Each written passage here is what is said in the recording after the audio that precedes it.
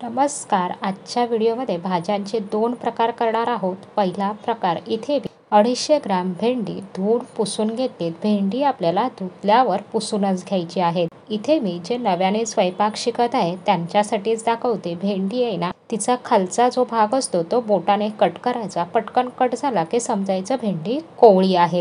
आपल्याला चांगली कोवळी आणि लहान साईजमध्येच भेंडी असेल तर शक्यतो घ्यावी, पण जर नसतील तर मी तुम्हाला पुढे दाखवते.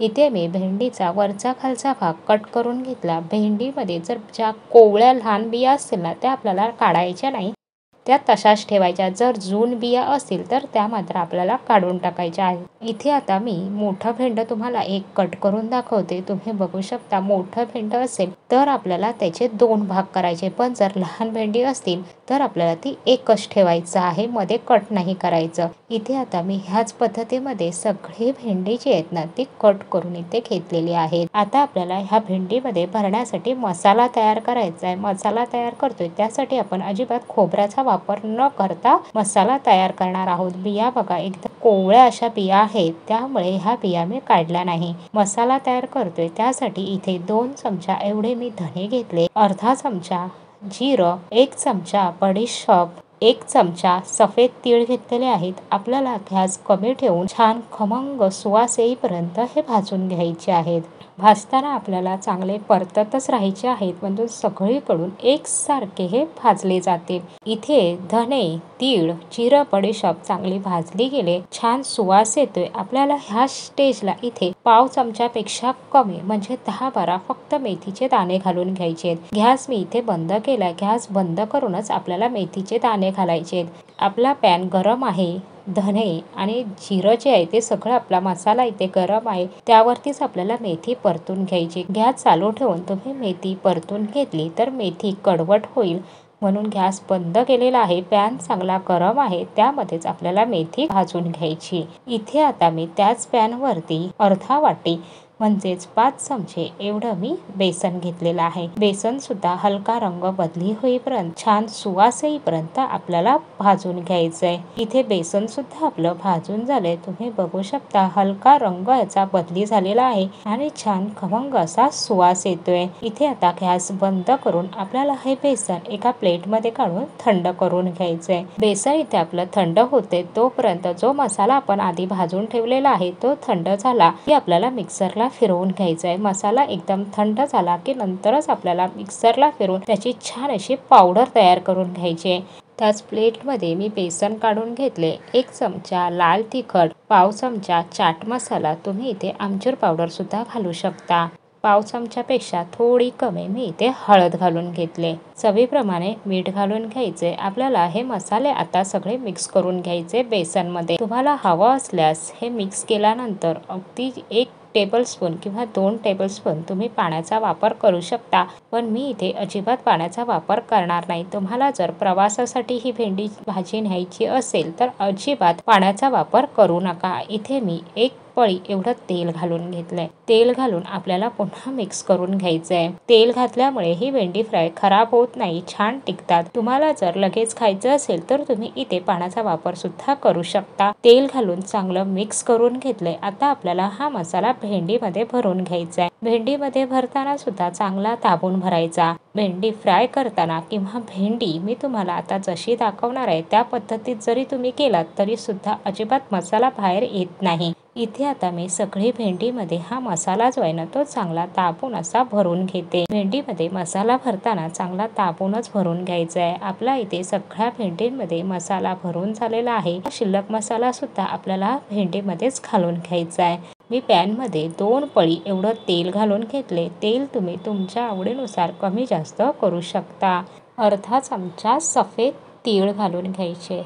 सफेद तीळ चांगले फुलले की नंतर आपल्याला छोटा पाव चमचा हिंग आणि 1 चमचा आपल्याला कोथिंबीर घालून घ्यायचे. तीळ तुम्हाला नसतील घालायचे, नाही घातले तरी सुद्धा चालेल, फक्त तुम्ही हिंग आणि कोथिंबीर घालू शकता. तीळ घातल्यामुळे ते दिसायला सुद्धा खूप छान दिसते, म्हणून मी इथे वरून असे फोडणीमध्ये अर्धा चमचा तीळ घालून घेतले. छान 1 मिनिटभर तीळ, हिंग परतून घेतलेला आहे. आता आपण जी भरलेली भेंडी आहेत ना ती आपल्याला घालून घ्यायची आहेत. तुम्हाला भेंडी फ्राय कुरकुरीत चांगले करायची असतील तर तुम्ही ही भेंडी शालो फ्राय करून घेऊ शकता. मी ही भेंडी शालो फ्राय न करता पॅन मध्ये सगळी अशी घालून घेतलेली आहे. फोडणीमध्ये चांगले मिक्स केली. गॅस कमीच ठेवलेला आहे. आपल्याला गॅस कमी ठेवून झाकण ठेवायचं आहे. झाकण ठेवल्यावर सुद्धा 1-1.5 मिनिटाने आपल्याला झाकण काढून भेंडी चांगली वर खाली अशी मिक्स करून घ्यायची आणि पुन्हा आपल्याला झाकण ठेवायचं आहे. आता इथे मी भेंडी फोडणीमध्ये चांगली मिक्स करून घेतली. वरती मी असं झाकण ठेवून घेते.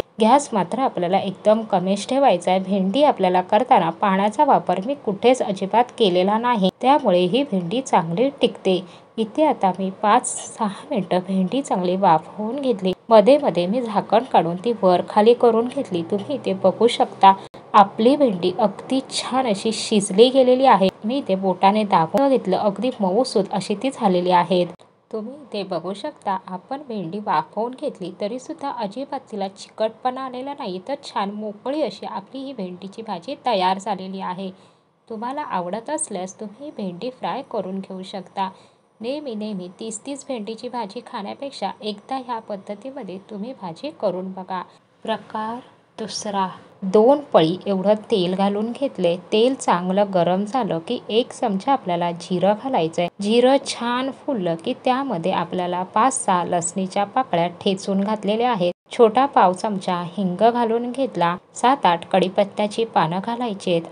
1 मोठा कांदा बारीक चिरून घेतलाय तो घालून घ्यायचा. कांदा आपल्याला छान सोनेरी रंगावरती परतून घ्यायचा आहे. कांदा सोनेरी रंगावरती परतून झाला की आपल्याला 2 टोमॅटो बारीक चिरून घेतले ते घालून घ्यायचे. टोमॅटो आपल्याला जेवढा जमेल तेवढा बारीक चिरून घ्यायचा आहे. टोमॅटो फोडणीमध्ये चांगला मऊसूद असा शिजवून घ्यायचा आहे. मी इथे 1 चमचा लाल तिखट, 1 चमचा धना पावडर, अर्धा चमचा गरम मसाला, छोटा पाव चमचा हळद घालून घेतली. उन्हाळ्यामध्ये आपल्याला जास्त मसाल्याचं जेवायला होत नाही आणि वाटपाचं तर अजिबात खावंसं वाटत नाही. साधं हलकं फुलकं असं खावंसं वाटतं. त्यामुळे तुम्हाला जर उन्हाळ्यामध्ये रस्सा भाजी करायची असेल झटपट अशी न वाटण करता तर तुम्ही अशी मुगाची भाजी करू शकता. इथे मी 1 चमचा बेसन घातले. बेसन आपल्याला चांगलं 1 ते 2 मिनिटं चांगलं त्याचा कच्चेपणा जाईपर्यंत परतून घ्यायचंय. तुम्ही वेगळं बेसन भाजून घेतलं आणि ते जरी भाजीत घातलं तरी सुद्धा चालेल. बेसन घातल्यामुळे भाजीच्या रश्श्याला दाटसरपणा येतो, भाजी चांगली मिळून येते. इथे मी चांगले मोड आलेले मूग घेतलेले आहेत, ते आपल्याला घालून घ्यायचे आहेत. मूग घालून आपल्याला फोडणीमध्ये आधी चांगले ते मिक्स करून घ्यायचे. गॅस इथे मी कमीच ठेवलेला आहे. मूग चांगले मिक्स करून झाले की आपल्याला ह्यामध्ये पाणी घालायचंय. मी 1 ग्लास एवढं पाणी घालून घेतलं. तुम्हाला भाजीला रस्सा कितपत सैल कितपत दाटसर पाहिजे त्यानुसार तुम्ही भाजीमध्ये पाणी घालून घ्या. मी 1 चमचा एवढं मीठ घालून पुन्हा मिक्स करून घेतलं. आपल्याला गॅस लो टू मिडियम ठेवून झाकण ठेवून आता ही मुगाची भाजी शिजवून घ्यायची आहे. मुगाची भाजी शिजवताना 80 ते 90% एवढी शिजवायची. जास्त मुगाची भाजी शिजली तरी सुद्धा ती खायला चांगली नाही लागत. मी झाकण काढून घेतले. आपल्याला मूग शिजले की नाही ते चेक करायचंय. तुम्ही इथे भाजीचा रस्सा बघू शकता. अजिबात पाणी वेगळं भाजी वेगळं असं झालं नाही. मूग दाबून बघायचा आहे. आपली मूग अगदी चांगला शिजलेला आहे, म्हणजे इथे मुगाची भाजी आपली तयार झाली. गॅस बंद करून आपल्याला शेवटी कोथिंबीर घालून घ्यायची. मुगाची भाजी करताना 1 चमचा बेसन घालायचं, जास्त बेसन घालायचं नाही, म्हणजे आपल्या रश्श्याला दाटसरपणा येतो. चवीमध्ये अजिबात बदल होत नाही. रेसिपी आवडल्या असल्यास लाईक, शेअर, सबस्क्राईब करा. रेसिपी आवडल्या तर कमेंट करून सांगायला विसरू नका. भेटूया पुन्हा लवकरच नवीन रेसिपी सोबत नवीन व्हिडिओमध्ये. रेसिपी संपूर्ण पाहिल्याबद्दल तुमचे मनपूर्वक धन्यवाद.